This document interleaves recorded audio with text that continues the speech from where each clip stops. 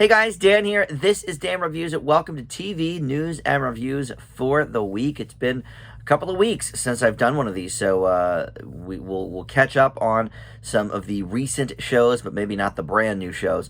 But a lot of news to cover as well. But we're going to talk about Mr. Corman, Hit and Run over on Netflix. We've got Reservation Dogs on FX on Hulu. A couple of cartoon shows on HBO Max, Jellystone and The Prince, and another new game show. I love these summer game shows. We've got another one called Family Game Fight to talk about. But first, the biggest news of the week as we kick off the news is the Jeopardy scandal. So Mike Richards, about a week ago, maybe a little more at this point, was announced as the new host of Jeopardy. He was the executive producer, but he did do a couple of weeks of guest hosting after Ken Jennings and his 6 weeks back in the fall. So, well, he promoted himself, however it worked, so now he's going to be the host, right? And then because he has this scandal-laden history from about 10 years ago when he executive produced The Price is Right, he was involved in some lawsuits about some discrimination stuff, and maybe wasn't looking so good. They decided, okay, well, we'll put him on the regular show, but everybody, we're gonna have Mayim Bialik, who did such a great job, who really did. She was absolutely, like, probably top 2 or 3 for me of all the guest hosts. We'll have her do these specials and stuff. You know, they had the greatest of all time like 2 years ago. But they announced shortly after that they're going to do this like college tournament thing in prime time, and Mayim Bialik will be the host. That'll be fine. That'll quell everybody's issues. But it sure didn't. So all of this stuff kept coming up about Mike Richards. This website called The Ringer unearthed all 41, I think it was, episodes of his old podcast show called The Random Show, which was supposed to be like a look into behind the scenes at Price is Right. But in this series, he was making a lot of comments about women's weight and, derogatory terms about women and derogatory terms about other people.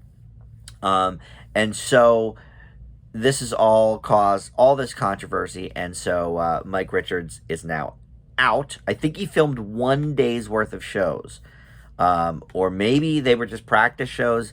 I don't know, but because I would hate to think that this dude Matt Amodio is on this like really, really great winning streak. I think he's won maybe 16 games, and he's the number 3 money winner of all time now in regular play.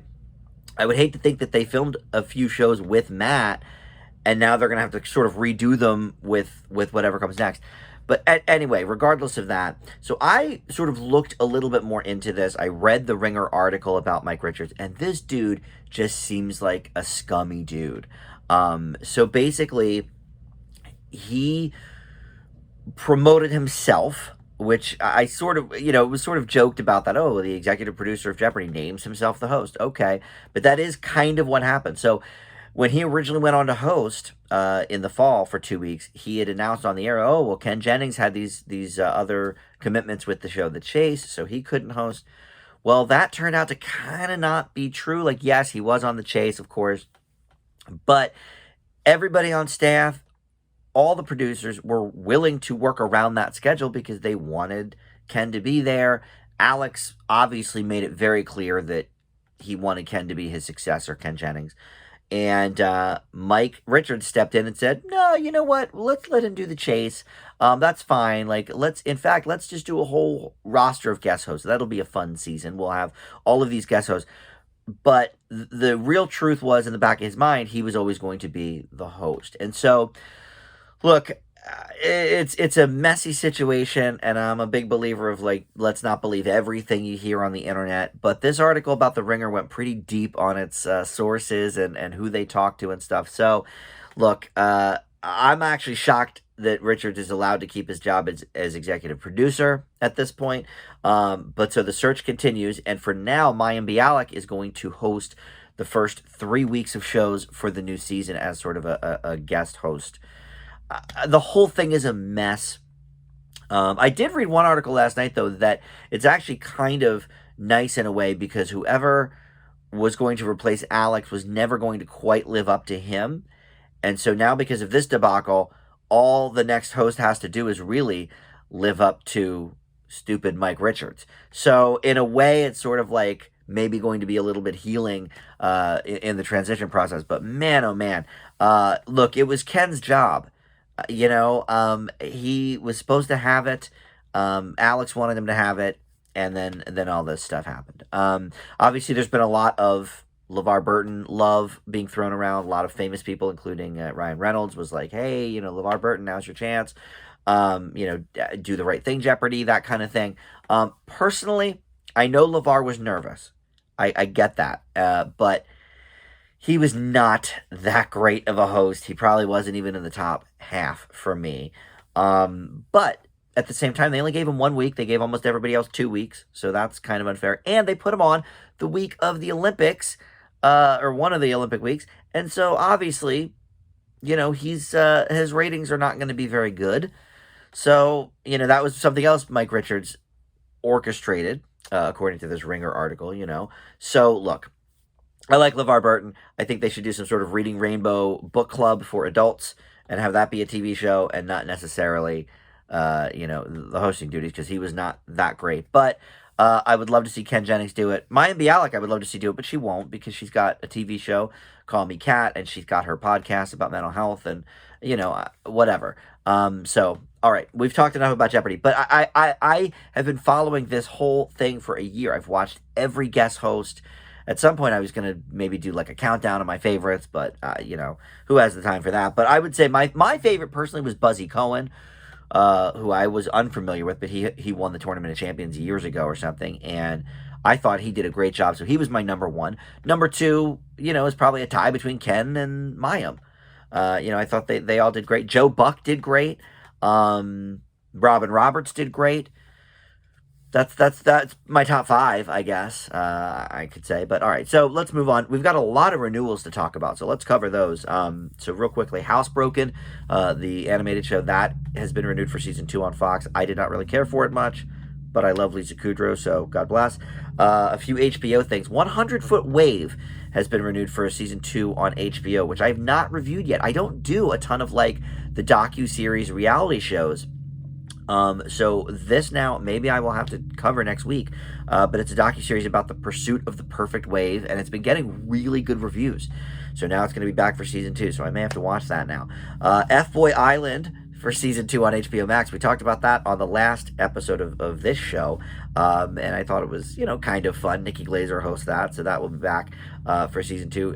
It is the biggest original reality launch in HBO Max's 1-year history, which I don't know how many shows that covers. Probably not too many, but still, it's some sort of accolade. And then this one's interesting. The White Lotus for season 2 on HBO. So this was a limited series, but like a lot of limited series on HBO, Big Little Lies was one of them, for example. The ratings are good. The buzz is there. So let's give it a second season, which is what's odd about like Lovecraft Country not getting a second season, because that was billed, I think, as a show, not necessarily as a limited series, but whatever. But Mare of Easttown, they're talking about, that, and Kate Winslet has said, like, oh, I have some ideas for season 2 of Mare of Easttown. So that might be back, and no longer a limited series. We don't know. But for White Lotus, they're going to have it be a different cast, a different resort in the White Lotus family of resorts, so a different locale.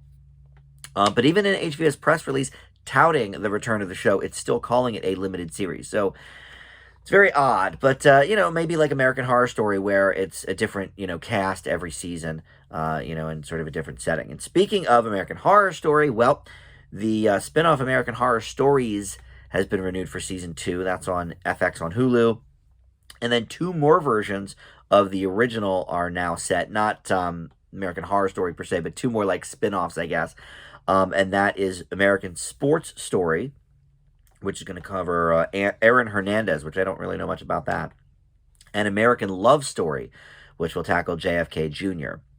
And they've already announced season 4 of American Crime Story is going to be about Studio 54. And I don't know if the American Crime Story season 3 about Bill Clinton, I'm not sure if that's aired yet, but I think it was supposed to be August, so maybe they've already premiered that. But yeah, so Ryan Murphy's still, cranking them out for FX. And then I guess the next American Horror Story season started this week or something like that. So yeah, he's really lighting it up there. All right, Master Chef will be back for season 12 on Fox.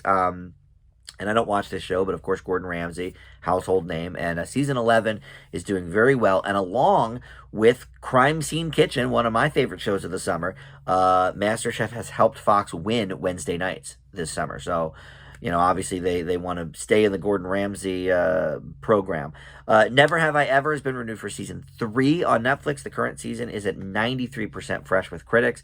I have not caught up since I originally reviewed the show for season 1 a couple of years ago, but I really enjoyed it. It was, one of my top shows of the year. And Mindy Kaling, to me, she can almost do no wrong. Everything she touches, I think, that she has a hand in writing or producing, I should say. A Wrinkle in Time was bad, but all of her own sort of projects, she's very, very good with.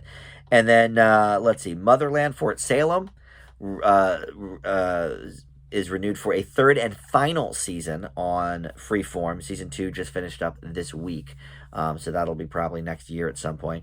And then this is very interesting. Most Dangerous Game has been renewed for season 2 on Roku. This was a Quibi show that, Roku bought all of Quibi's content last year at some point.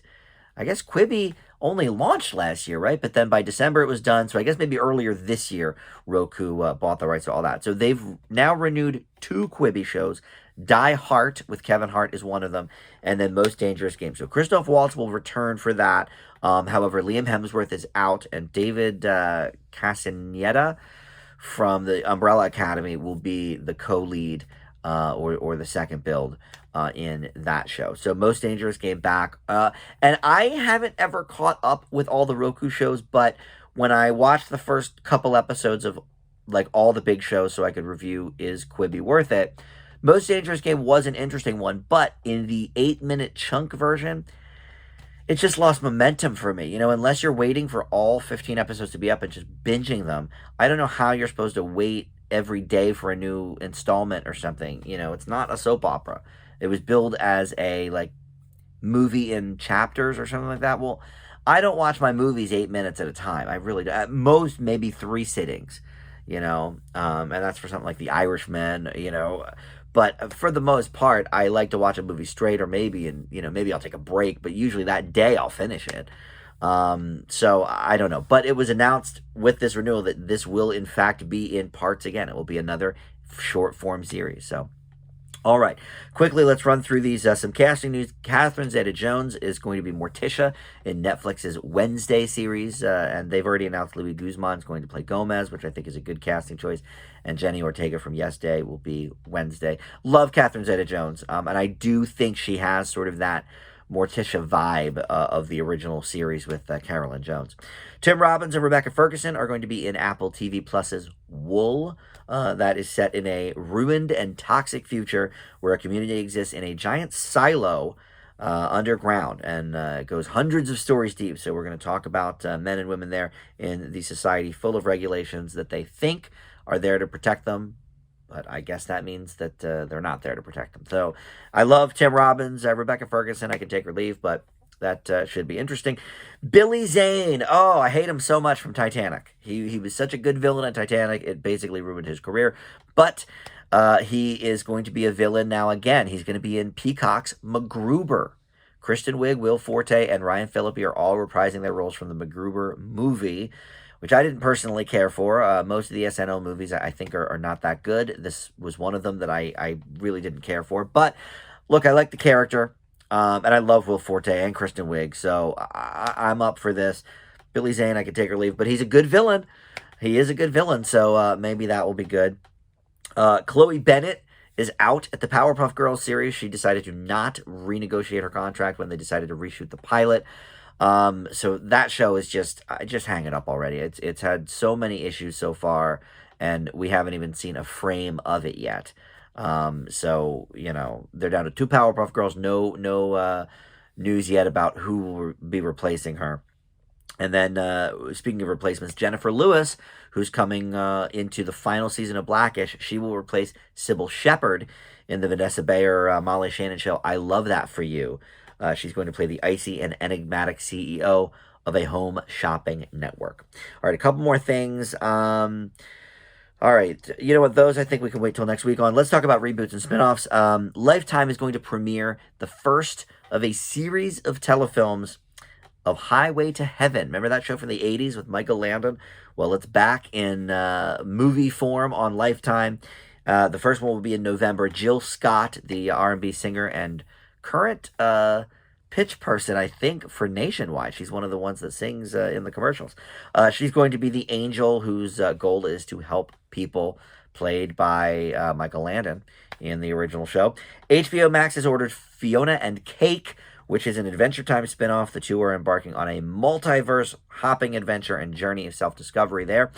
And then Field of Dreams, the movie, is coming straight to series at Peacock. It's going to be an hour-long drama from Mike Schur, which this will be his first real foray into drama. He's done The Good Place, Brooklyn Nine-Nine, Parks and Rec. He played Mose on The Office, but he's going to do this as a straight drama, and it's going to reimagine the movie's mixture of family, baseball, Iowa, and, of course, the magic. We can't forget that. So that's going to be all coming to Peacock at some point, I guess probably next year. All right, so a couple of things there in the mix that I'm going to hit next week, because usually I don't like to do the news longer than 15 minutes, and we spend a long time on Jeopardy. So let's move on to the reviews, shall we? First up is Mr. Corman.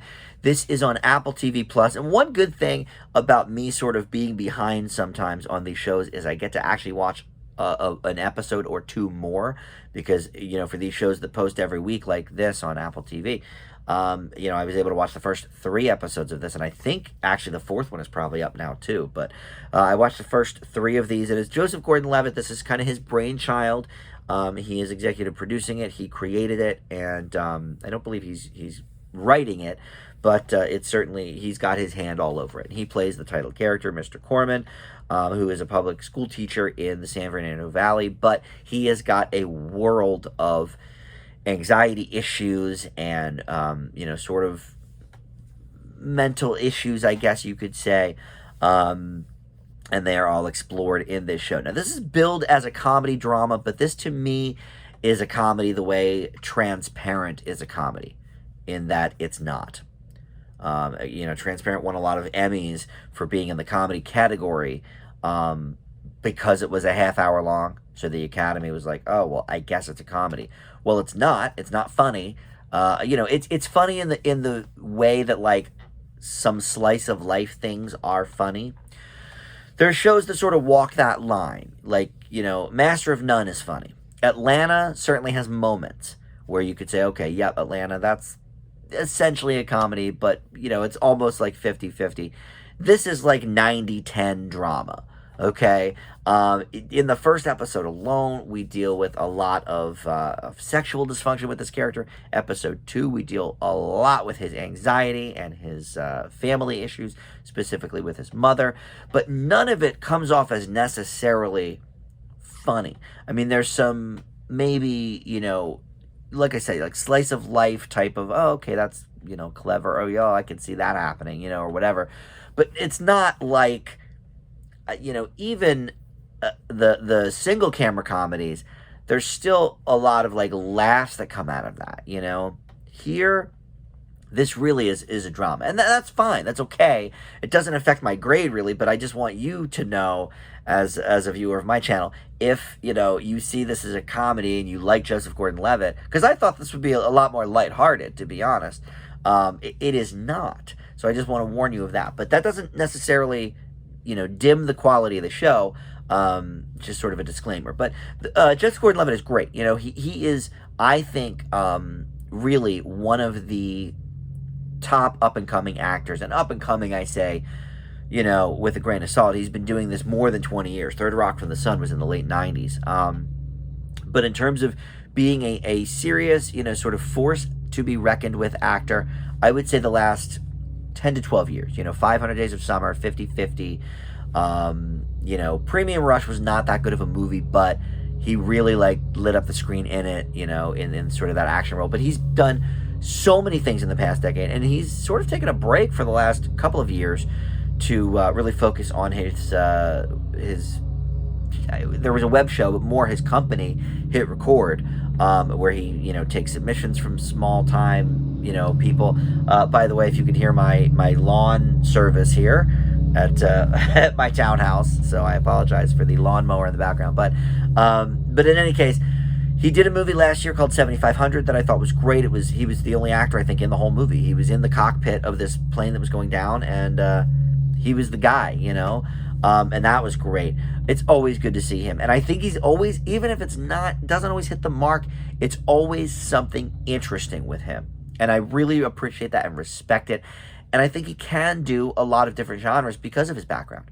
I mean, he was hilarious in Third Rock from the Sun. He doesn't do a lot of fall down comedy movies, but he probably could, but he's obviously done, romance, action, drama, and he really excels in all of them. So he's great here. But my biggest complaint about this show, I would say, is not that it's a drama instead of a comedy, but it is a downer.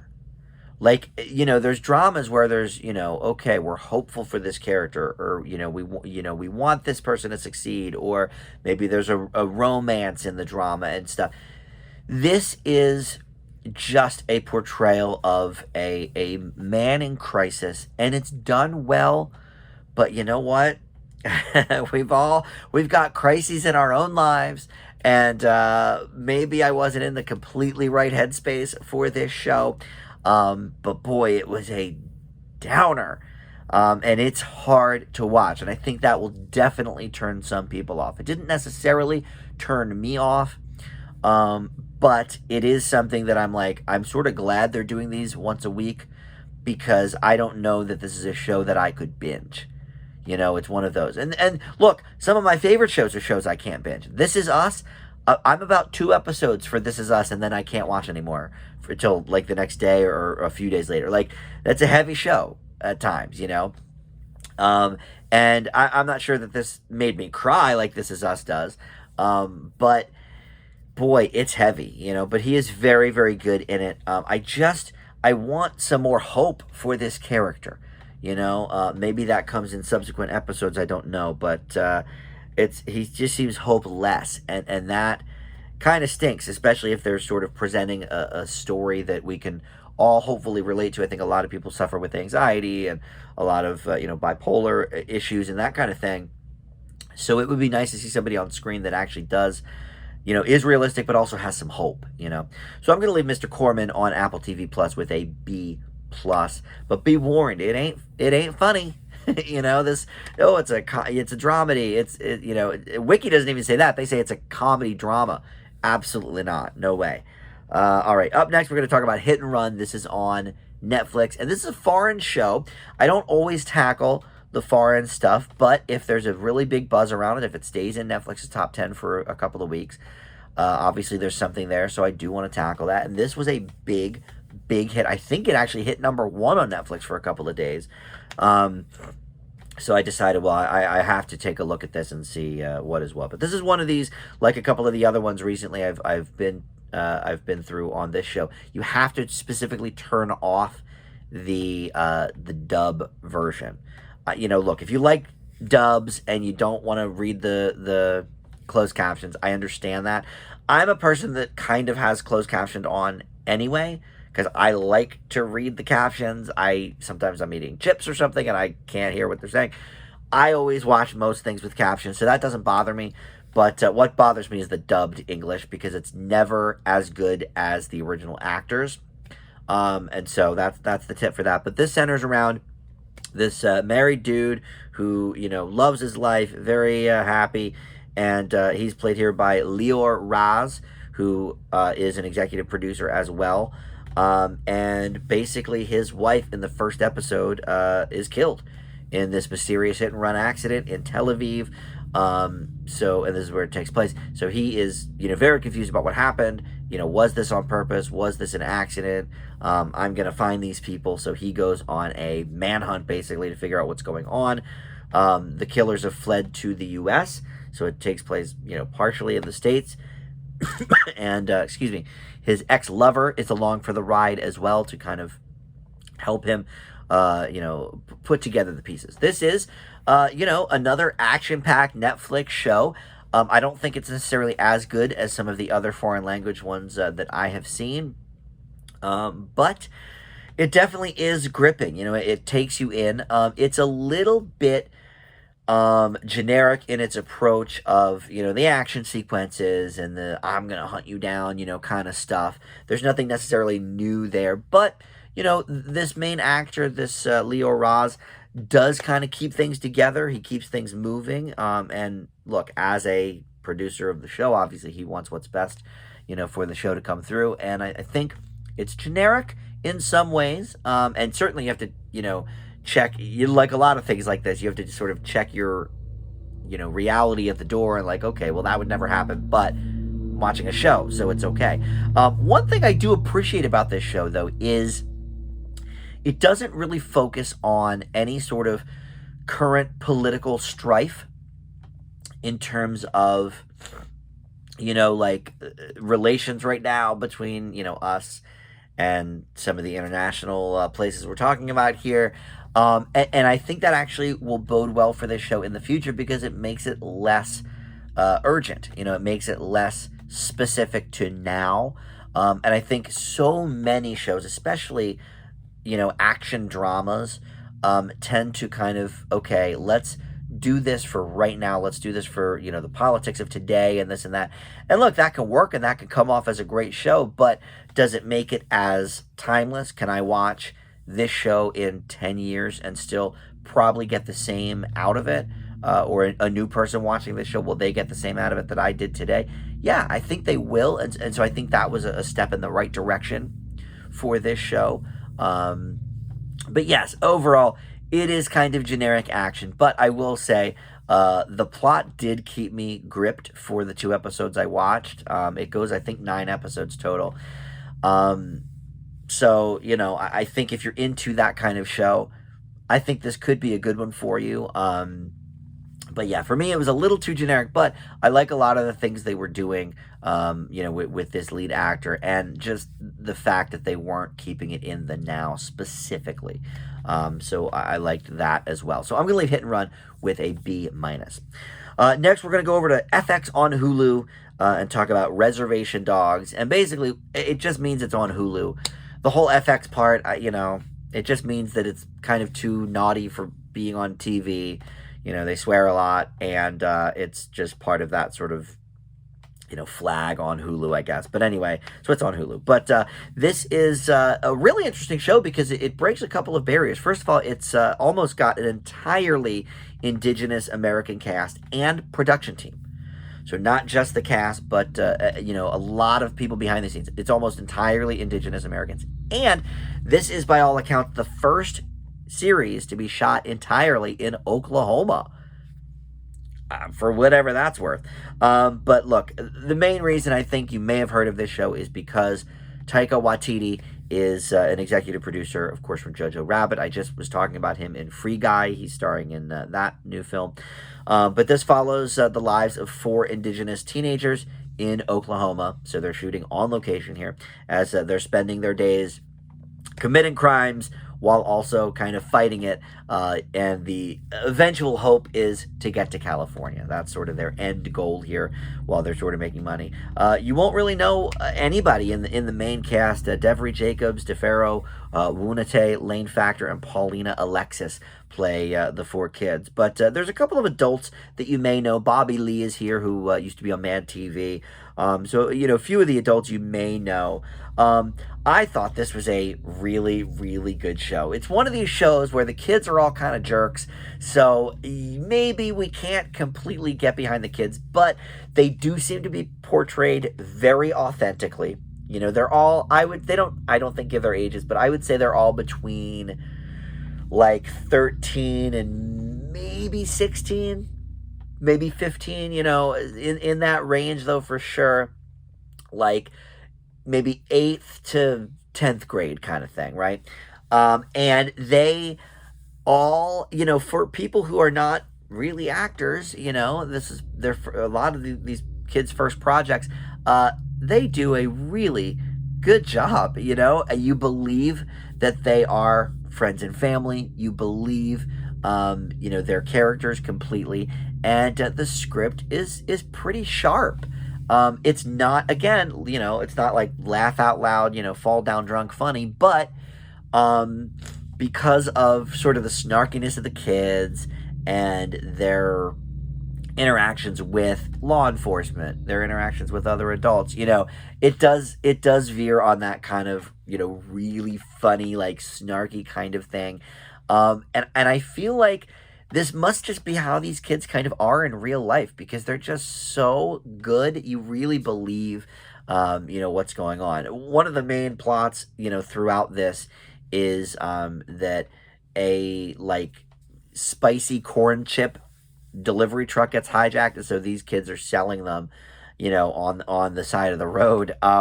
But that's a thread that's gone. I watched 3 episodes of the show, and that's a thread that sort of comes up throughout these episodes. So it's sort of, planting the seed. But each episode, doesn't revolve around that, just kind of the first one. But I really enjoyed this show. I think there's one of the kids has a wiki page. So let's see what else he's done. Devery Jacobs. Let's see. Do I know him from anything? Oh, that's the girl. Okay. Devery. That could have gone either way. That's one of the girls. All right, she was in the Dead Zone TV show. I never saw that. A lot of Canadian stuff. Okay, so she's from Canada mostly. That's interesting. All right, so that's really it. She hasn't done much, and nothing I've seen. So good for her. But yeah, all of these characters actors work well together. This is one of these shows where you definitely want to kind of see the kids succeed, even though they are breaking the law, and because they don't seem like bad kids. They sort of seem like making ends meet type of kids. And because it's shot in Oklahoma, I didn't actually realize it was until earlier today when I looked up sort of some of the schematics about the show. But it does sort of ring through. It sort of is in that vein of like, oh, well, in Sex and the City, New York's a character. Oklahoma sort of becomes this great backdrop. I think it was an excellent choice to shoot it on location, because it does sort of become its own, maybe not character in the same way that New York does in Sex and the City, but it definitely sets the tone perfectly for this show. I think this is a very, very good show. I'm excited to see the rest of the season. I think it's on Hulu, so I think it. You know what? No, it's not every week, because I think there was only 3 available when I watched it. So it is, or it's not all up right now. It's an every weeker. So you can watch this show every week. I think there's going to be 10 episodes total for this one. And it's one I'm going to be ready to watch every single week. I really enjoyed this. A- for Reservation Dogs. Next, we're going to do 2 animated shows on HBO Max. Jellystone is the first one, and if you, if that rings a bell to you, it's the Yogi Bear show. It's where he lives. But this one isn't just about Yogi Bear. This is about everybody in that sort of Hanna-Barbera ancillary kind of thing. Like, obviously, it's not going to have Scooby-Doo and those characters in it. It's not going to have the Flintstones or the Jetsons, because they don't take place in the present, and also they're, too famous. But this is like basically all of the other 50s and 60s Hanna-Barbera cartoons, not all, but most, are here. You've got Augie Doggy, you've got Huckleberry Hound, he's the mayor of Jellystone in this. You've got Snagglepuss, you've got Jabberjaw, you've got Magilla Gorilla, you've got Grape Ape, of course Boo Boo is along, with the Yogi Bear theme. So it's an amalgamation of a lot of these old Hanna-Barbera characters, which explains, by the way, why Jabberjaw is so prominent in the basketball scenes in Space Jam. We all know, sort of jokingly, Space Jam was basically just a commercial for all of the Warner Brothers properties. But, they had all of these people come watch the big game between LeBron James, and the Ghoul Squad or Goon Squad or whatever it was. The Goon Squad. Toon Squad versus the Goon Squad. I got it. But Jabberjaw is like this huge shark or something. So dolphin. I think he's a shark.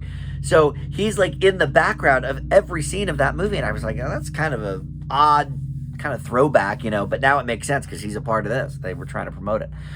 So anyway, I'm a huge Hanna-Barbera fan. I should have actually gotten my Hanna-Barbera collection and brought it to show you guys, because I have, I collect all of these Hanna-Barbera old things that they're putting on DVD. I've not watched a lot of them, but I've watched some of them, and I love the old Yogi Bear show. Yogi Bear, that's like one of the classics. Him, Boo Boo, Ranger Smith, love it. Here, I have mixed feelings about this, because they're taking all of these old characters and sort of shoving them into this whole town where they worked kind of independently of each other for the most part. Yeah, they would get together for like wacky races, or Yogi Bear and Friends was a show in the 70s as well. So this is not the first time they've gotten together, but as sort of, I guess, kind of a purist, I love the original Yogi Bear, Boo Boo, and Ranger Smith, that whole thing. And that's how they did the movie 10 years ago when they made that movie with Justin Timberlake and Dan Aykroyd. The voice of Yogi Bear, spot on. He is the same guy that does a lot of the Looney Tunes characters, I believe. He does Bugs. He does most of the Mel Blanc ones. He does Daffy, which I think those are a little hit or miss. I think his Bugs is actually pretty good. His Daffy, I don't care for that much. But he also does Fred and Barney from the Flintstones. His Fred is spot on. His Yogi is spot on. Whoever they have doing Boo Boo is terrible. They could have gotten, I mean, look, Justin Timberlake did a great Boo Boo. So you're telling me they couldn't find somebody that was as good as Justin Timberlake's Boo Boo? You know, he just did it for one movie. And Huckleberry Hound, I think, is off. And again, The Simpsons did a Huckleberry Hound gag 20 years ago, and they found somebody to do a Huckleberry Hound, So, look, I think there's a problem. There's sort of a disconnect now with a lot of these cartoons, and I won't veer too much off of this particular show, but where all of these voices that were alive from, when the characters were created from the 30s, 40s, and 50s through my childhood. So it was like, Mel Blanc was doing these voices pretty much up until his death, in the 80s. Dawes Butler was doing a lot of the voices, till 10 years ago or whatever. But now we've got this disconnect where it's like, okay, well, now all the original voice actors are, for the most part, dead, except for, like, Frank Welker, who does Scooby-Doo.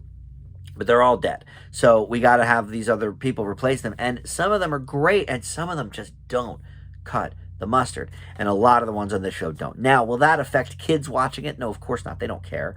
It's not like Snagglepuss is a popular character enough that kids even would know who he is in this day and age. So, look, that's fine.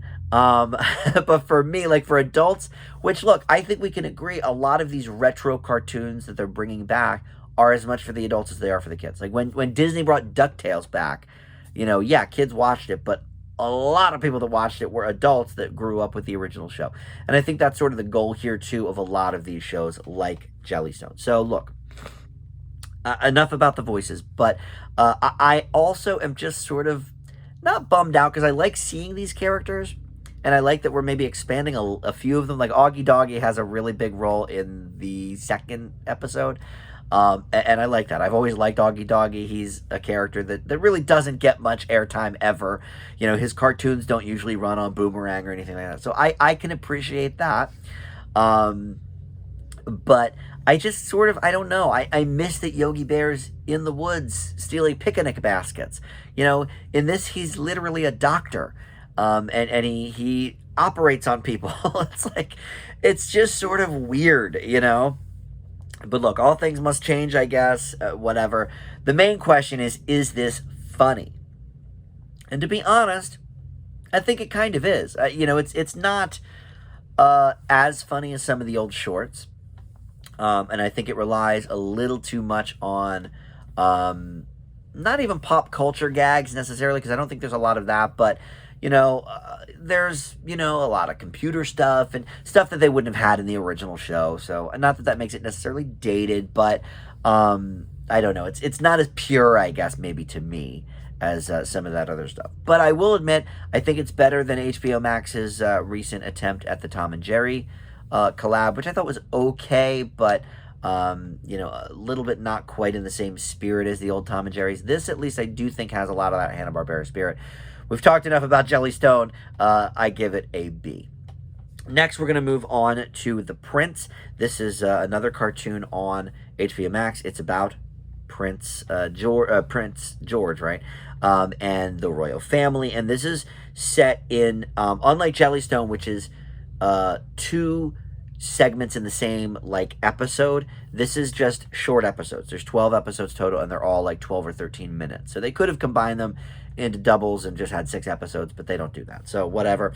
But yeah, it's Prince George, and basically it's about his life in the monarchy, and he's just this snot-nosed kid, and the co-creator Gary Janetti voices him, but you will have a lot of famous people in this doing voices. Orlando Bloom, Alan Cumming, Lucy Punch, Sophie Turner plays Princess Charlotte.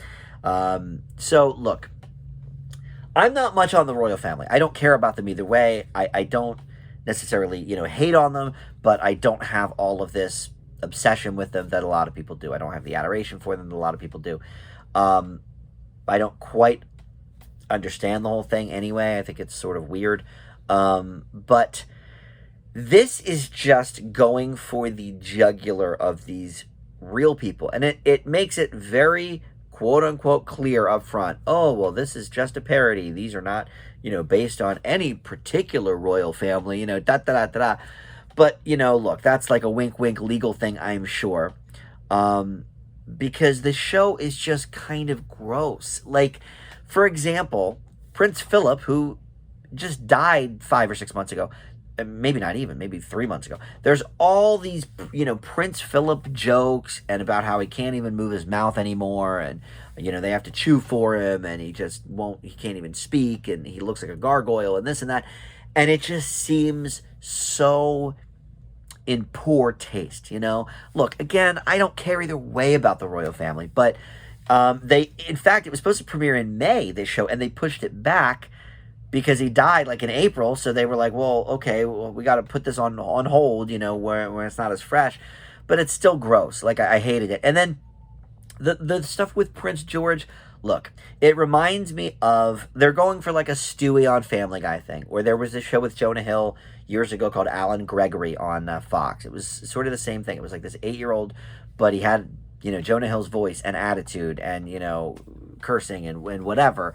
And it's the same kind of thing here, but with Prince George.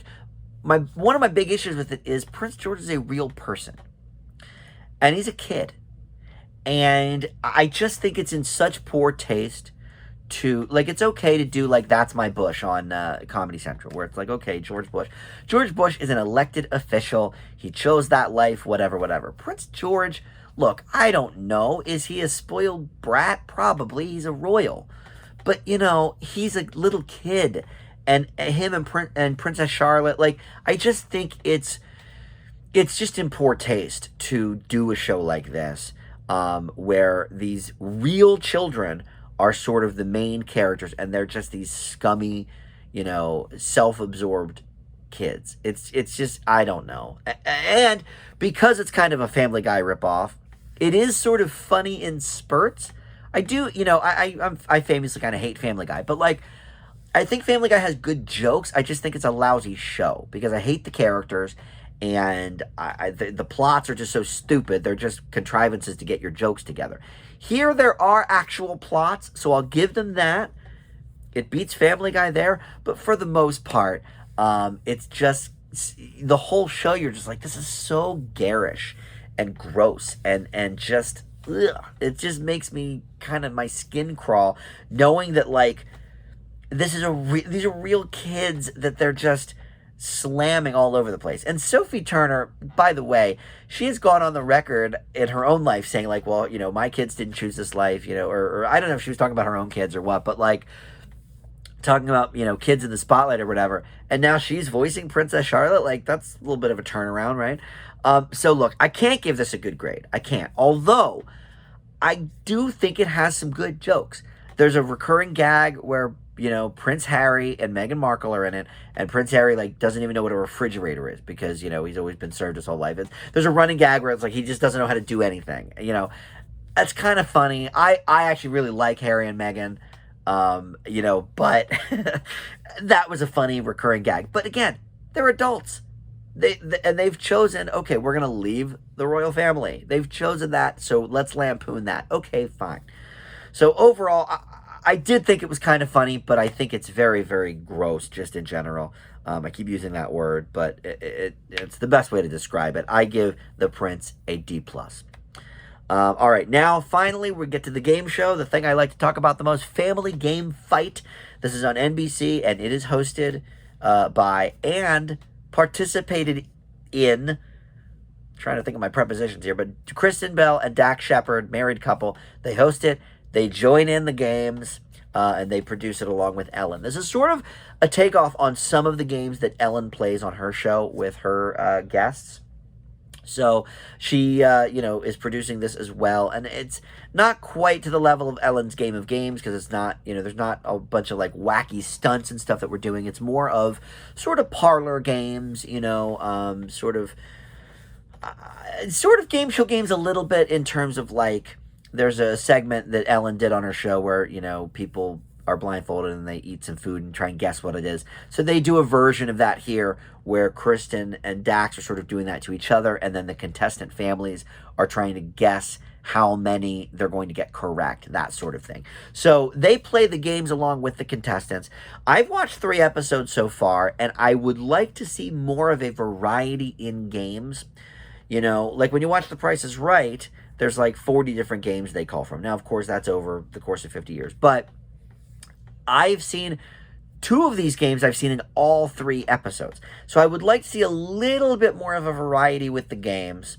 But that's probably my biggest complaint about the show. I love Kristen and Dax. I think they are great together. I love that, she is such a good wife, and she supported him through him falling off the sobriety wagon. God bless. But this is the first project they've really done together in a long time. I remember they were in the movie Hit and Run. Nothing to do with the Netflix show, but they were in this movie called Hit and Run years and years ago. At this point, probably 9 or 10 years ago. But I always love their individual projects. Kristen Bell, The Good Place, Dax Shepard, Parenthood, and Bless This Mess, and all these things. And of course, Kristen Bell, Frozen. But to see them come together and to see them just be themselves, not characters, just play off each other and be funny and be cute and be great.